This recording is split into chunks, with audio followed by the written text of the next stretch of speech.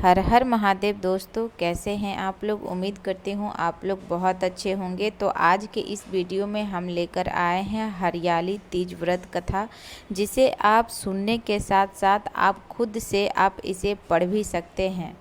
तो आइए शंकर भगवान का ध्यान करते हुए इस कहानी को शुरू करते हैं। बोलो माता पार्वती की जय, बोलो शंकर भगवान की जय। भगवान शिव ने पार्वती जी को उनके पूर्व जन्म के बारे में याद दिलाने के लिए यह कथा सुनाई थी।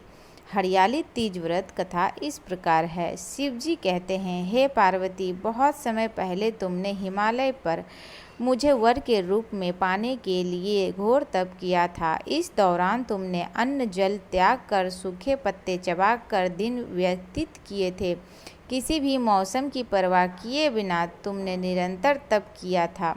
तुम्हारी इस स्थिति को देखकर तुम्हारे पिता बहुत दुखी थे। ऐसी स्थिति में नारद जी तुम्हारे घर पधारे। जब तुम्हारे पिता ने नारद जी से उनके आगमन का कारण पूछा तो नारद जी बोले, हे गिरिराज, मैं भगवान विष्णु के भेजने पर यहाँ आया हूँ।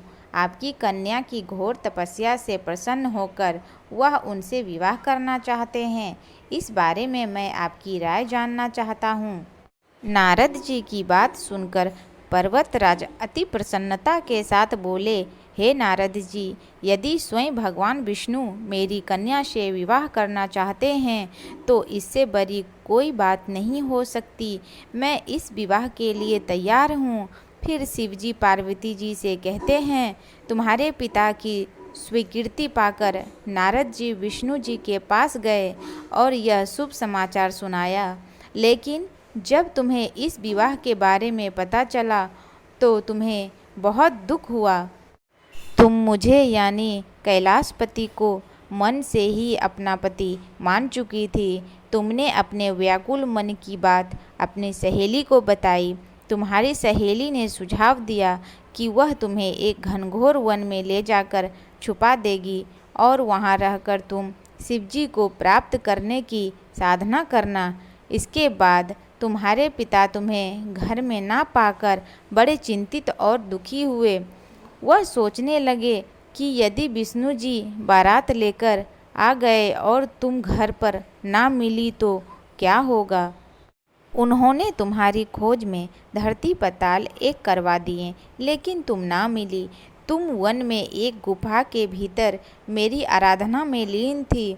भाद्रपद तृतीय शुक्ल को तुमने रेत से एक शिवलिंग का निर्माण कर मेरी आराधना की, जिससे प्रसन्न होकर मैंने तुम्हारी मनोकामना पूर्ण की। इसके बाद तुमने अपने पिता से कहा कि पिताजी, मैंने अपने जीवन का लंबा समय भगवान शिव की तपस्या में बिताया है और भगवान शिव ने मेरी तपस्या से प्रसन्न होकर मुझे स्वीकार भी कर लिया है। अब मैं आपके साथ एक ही शर्त पे चलूँगी कि आप मेरा विवाह भगवान शिव के साथ ही करेंगे।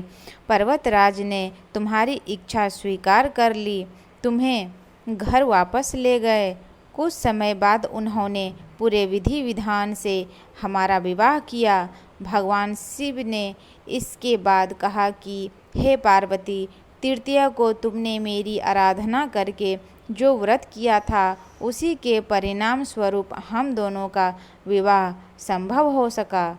इस व्रत का महत्व यह है कि मैं इस व्रत को पूर्ण निष्ठा से करने वाली प्रत्येक स्त्री को मनवांछित फल देता हूँ। भगवान शिव ने पार्वती जी से कहा कि इस व्रत को जो भी स्त्री पूर्ण श्रद्धा से करेगी तो मैं उसे मनवांछित वर प्रदान करूँगा, अखंड सौभाग्य का वरदान दूंगा। हे भोलेनाथ, इस कहानी को कहते, सुनते और हुंकार भरते सब पर कृपा करिएगा। इस दिन महिलाएं अपने पति की लंबी उम्र और अखंड सौभाग्य के लिए मां पार्वती और भोलेनाथ की पूजा करती हैं। जय भोलेनाथ, जय माता पार्वती।